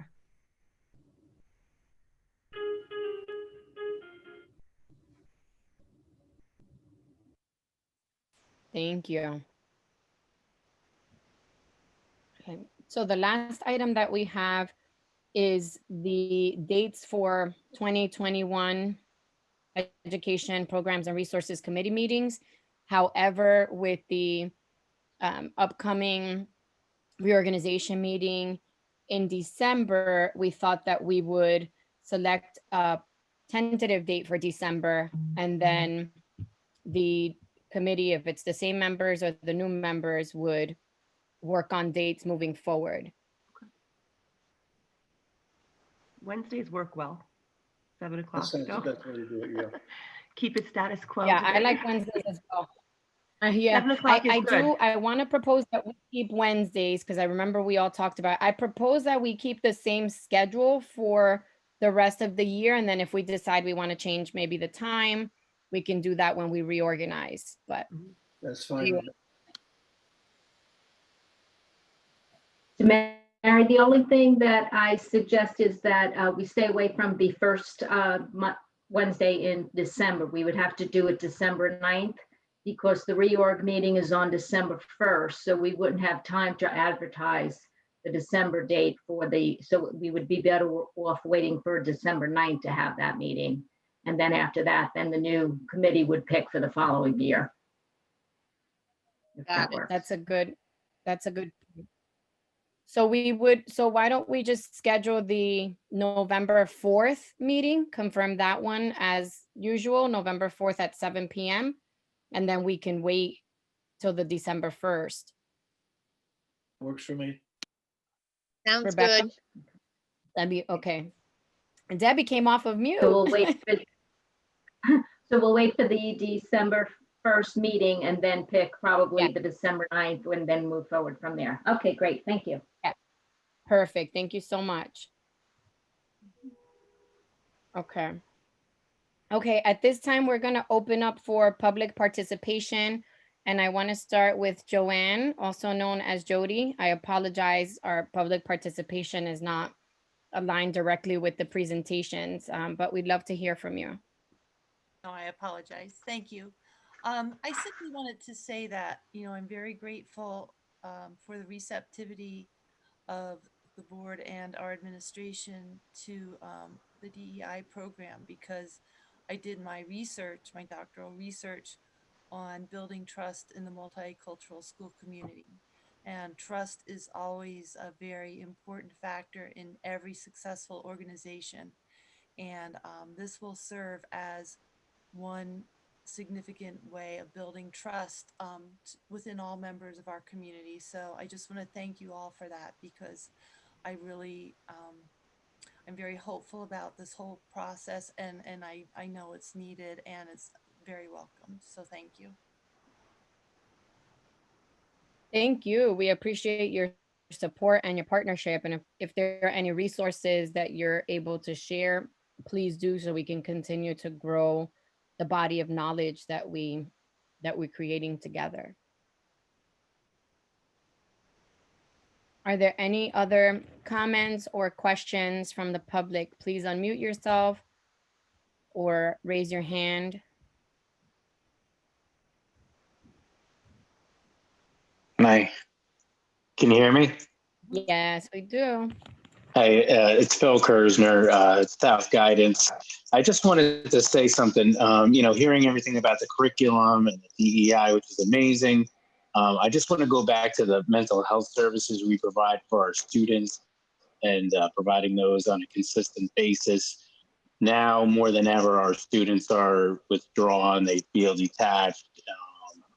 Our teachers are doing an amazing job of trying to reach out to students, but it's really hard in the virtual world to do that.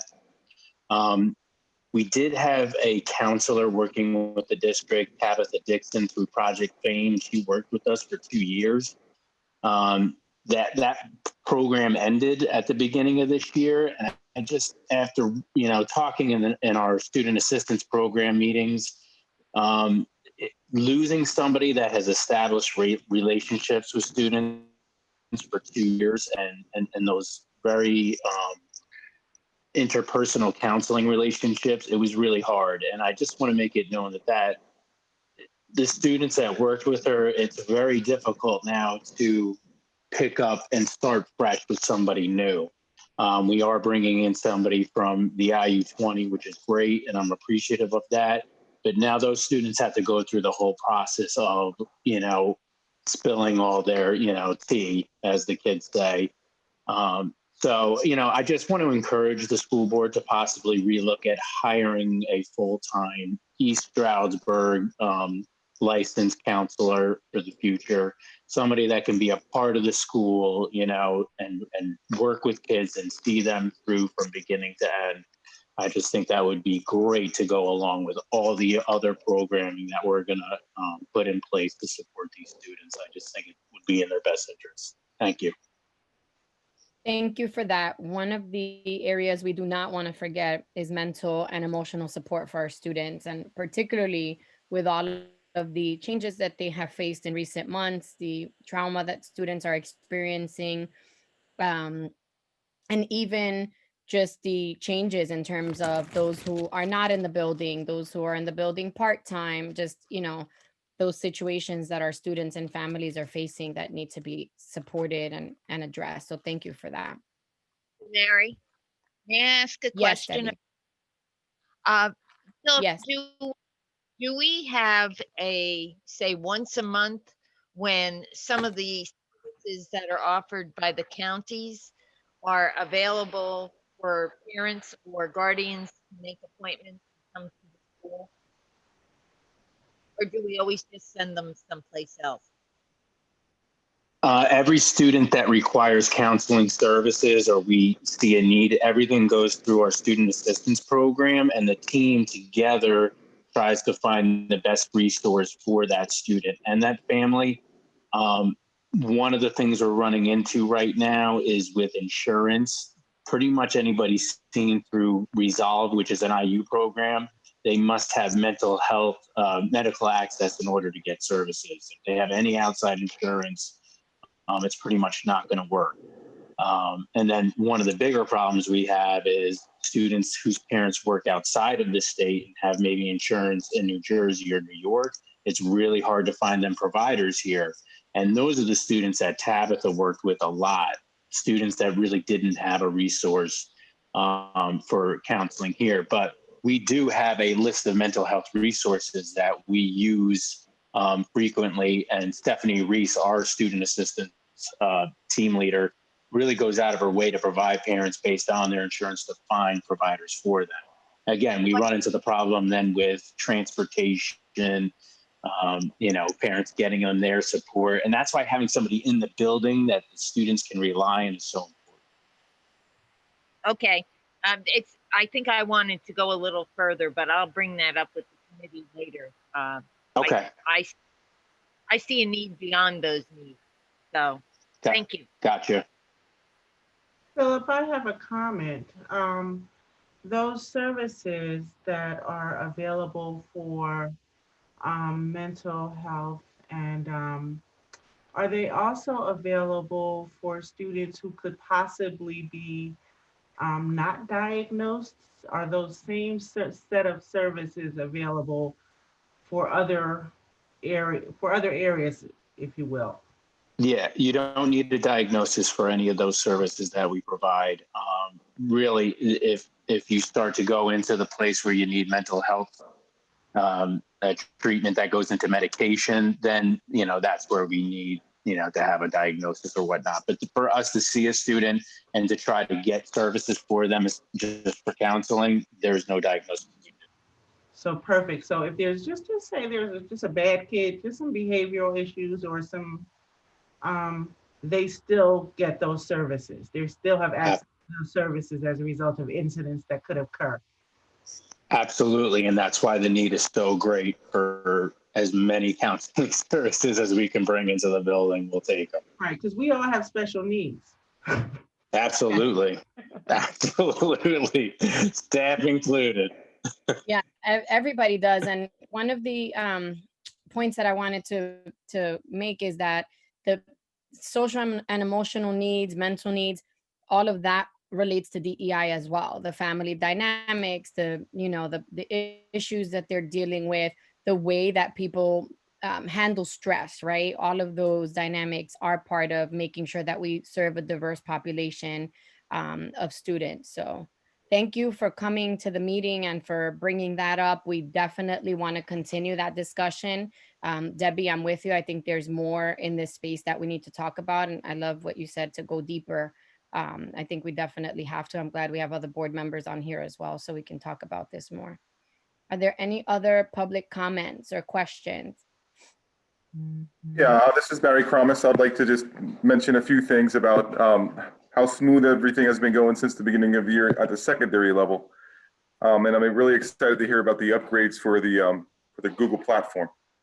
So, and I've probably been doing the Google Classroom for the last 5 years or so. So it's been a pretty smooth transition for me. But the thing that I always found an issue with was, being able to give my students immediate feedback. So the time in the morning for the meeting hours and the Wednesdays has really helped with giving my students immediate feedback. I think that really helps. So I'm really excited to hear the upgrades in terms of our platform in Google, because sometimes you're sitting there checking to see if this is coming from a reliable source that they copy or they paste, and things of that nature. So even like differentiating your instruction and using polls for the classroom and all that is really exciting to hear from the teacher standpoint. So I just want to thank all of you guys, administration, board members, for putting this all together. I think from the secondary level, I don't think it has, for me, it has gone as best as it has gone. So thank you.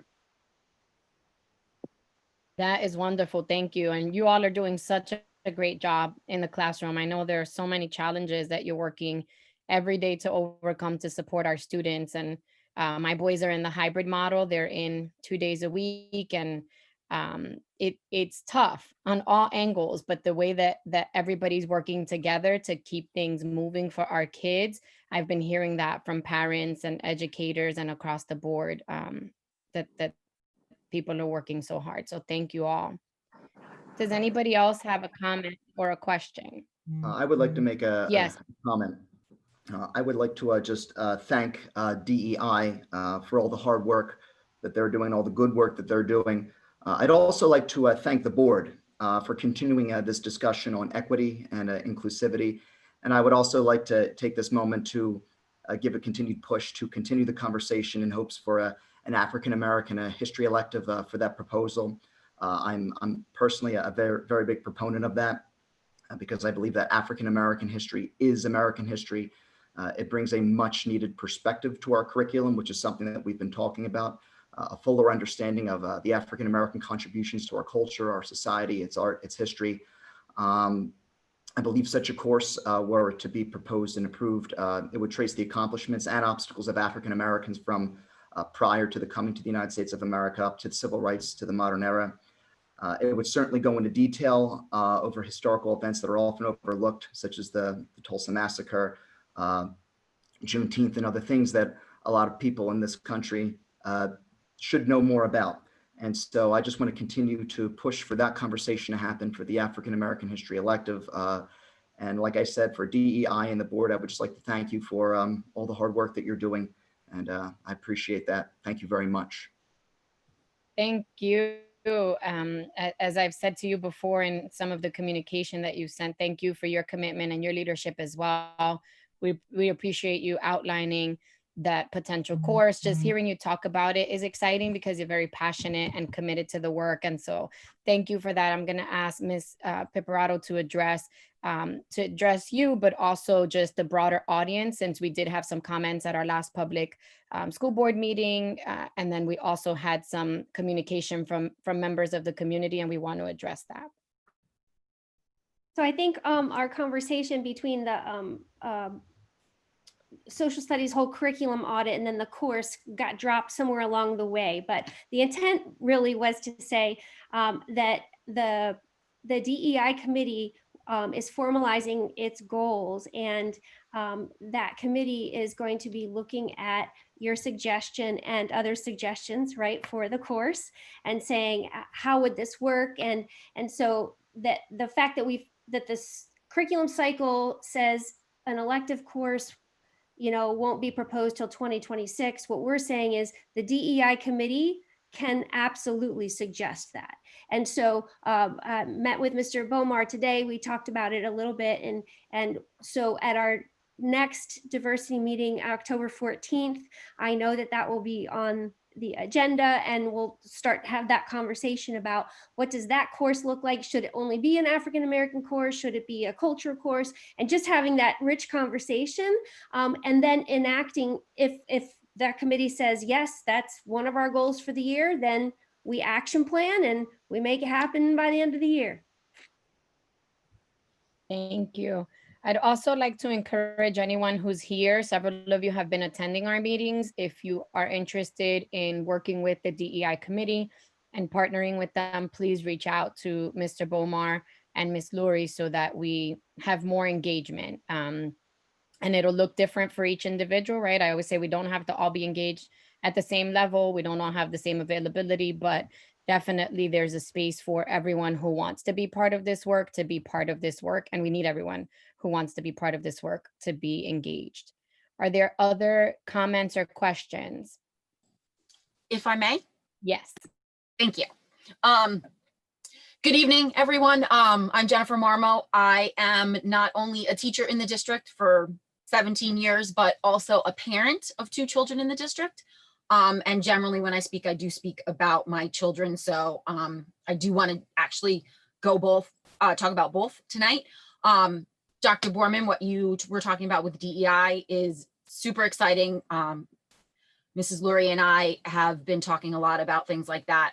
But I do want to touch a little bit upon what Phil Kersner was talking about in regards to mental health for our students. In 3rd grade, my son met with the Project Fame counselor at Bushkill Elementary, and she really helped him a lot with his emotional issues that he was having in school. So Ms. Glasgow, when you brought up, you know, can anyone without a diagnosis get assistance? That's what they did for my son. He had a real struggle with school, with balancing his emotions and figuring out how to be appropriate, and Project Fame was amazing for him. But without dedicated people and people who are there consistently, that's difficult for any child with whatever age for mental health issues. So if we continue to make that a big thing in our district and something that we feel is really important, then I think we need to continue to move that forward at all levels. To go along with what Barry was saying, listen, anyone who knows me knows that going into this, I was a mess. Technology, I didn't know how I was going to teach the way I teach. I'm very, you know, move around the room, you see my excitement kind of thing. And to be behind a mask and be far away from people was really scary for me. I've embraced video making. So I was really excited to hear about Screencastify because that was what I have been using with the 5-minute increments. I've gone to tech sessions to learn about how to use WeVideo and do some podcasting and things like that. So I'm expanding my repertoire and trying to connect with my students. And there's actually been really positive feedback from them. So like our hours and our Wednesdays have been fantastic for that. I do a lot of my videos and voiceovers at that point, because sometimes at home there's other noises that happen that you don't necessarily want to have in a video. Although my students have met all the kittens that we found in our woods, because that was the update for the week that I did for them. But then along to go with what Mr. Massa said, and I love that I went after everybody else. I am so excited about his idea. My daughter, who is a 9th grader at North, is so excited about his idea. And selfishly, as the English department chair, I would love to piggyback off of that and go along with him, because I think that is one of the things that we need. When we rewrote our curriculum over 2014 to 2016, we did it over a couple of years because we broke it up. We stayed with our textbooks that we had because that made sense. That was fiscally responsible for the district. But that kind of tied us into not having a lot of contemporary literature and multicultural literature and things that were expansive and inclusive for our students. So I really would love to be in on discussions like this, because I think that's super important. And Mr. Bomar, you talked about LGBTQ representation, which I'm super excited about also, as our GSA advisor at North. And, you know, I'm super excited. So thank you. Well, I can feel your energy, and I thank you as well for your commitment and for your excitement, because we should be excited about change and about diversifying the content that our students are exposed to and making sure that it's relevant to what they're experiencing in the day to day, so that they go out into the real world with an accurate lens and they're not in a bubble of history that does not relate, right? So we want to make sure that they get the underpinning, the foundational pieces, but that's expansive. And right now it's limited, not just for our school district, but across the country. We definitely have to do better. So thank you for your excitement. I always love when we have somebody who is a parent and a staff. So, you know, Rebecca and I do that here. Like we're moms and we're school board members, and you get to bring both of those perspectives. Any other comments or questions? This has been amazing, and it's why I ask anybody that has the time to join us, because we only know the changes that are necessary with everybody who's on the front lines, right? We have administration and we hear that lens, but those of you that are doing the work day to day and working with the students are amazing partners for all of us. And so we thank you for dedicating your time, not just to the day to day, but for coming on. Rebecca? One thing I was thinking about as I was hearing everybody speak, when we do the committees for the curriculum, like we're starting it now to revamp what, you know, for the next 2 years, we should really start looking now for parent involvement and student involvement. And when we look for the students and the parents, I want to say, don't look for your typical parent or your typical student, that you would look for, like, you know, your honor student or your, you know, your great behavior student. Look at sometimes the students that you may see struggling and get them involved in the planning of the curriculum, because maybe we'll get a different perspective than we would normally get. Like when we did the plan before, like the comprehensive plan, I would have loved to have seen, you know, more students that were, you know, not your stellar students, the ones that you can always count on to say what you want them to say. I want to see the student who may ask that hard question and not be afraid to really get out what we need and what they want out of a curriculum. The same thing for the parents as well. I would love to, you know, reach out to parents that might be a voice of somebody that we wouldn't normally hear, to get a true perspective of what our district wants, keep with the diversity, but not just diversity in the way we look, but the diversity in the way we learn, or the diversity in the way we behave, because I think that's going to give a true perspective and get more buy-in from our community by reaching out to different avenues of people.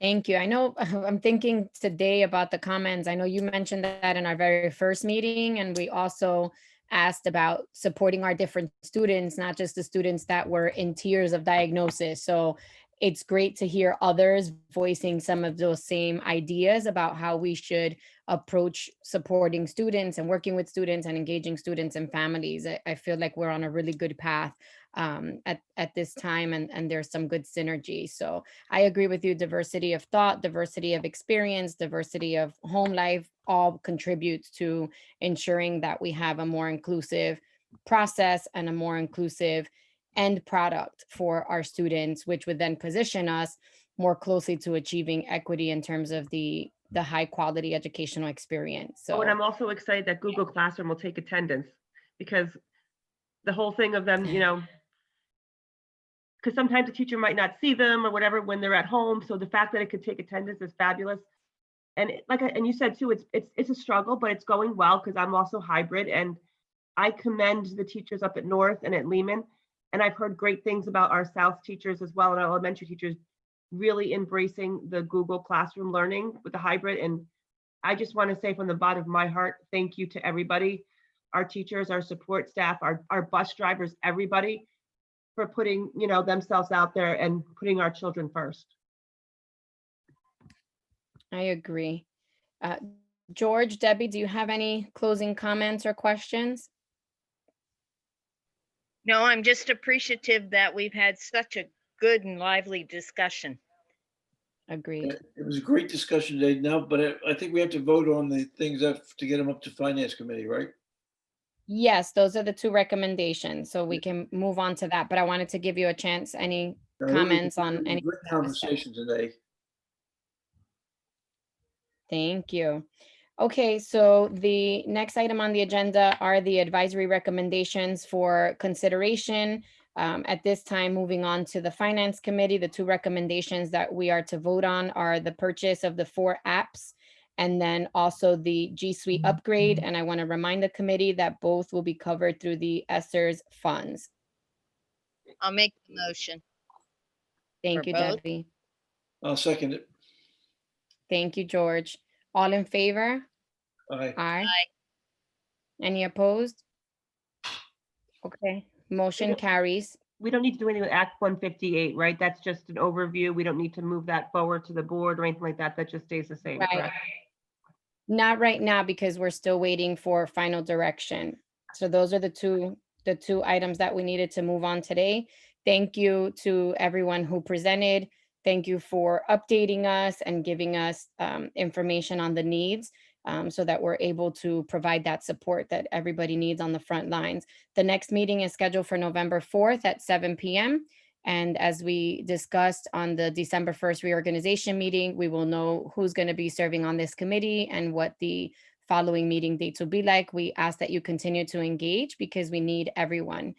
Thank you so much. Have a good evening. Do I have a motion to adjourn? So moved. Second. Thanks, Rebecca. Thanks, George. All in favor? Aye. And thank you, Any everybody, for opposed? being here. Thanks, everybody. Thank you. Have a good night. Good night, everyone.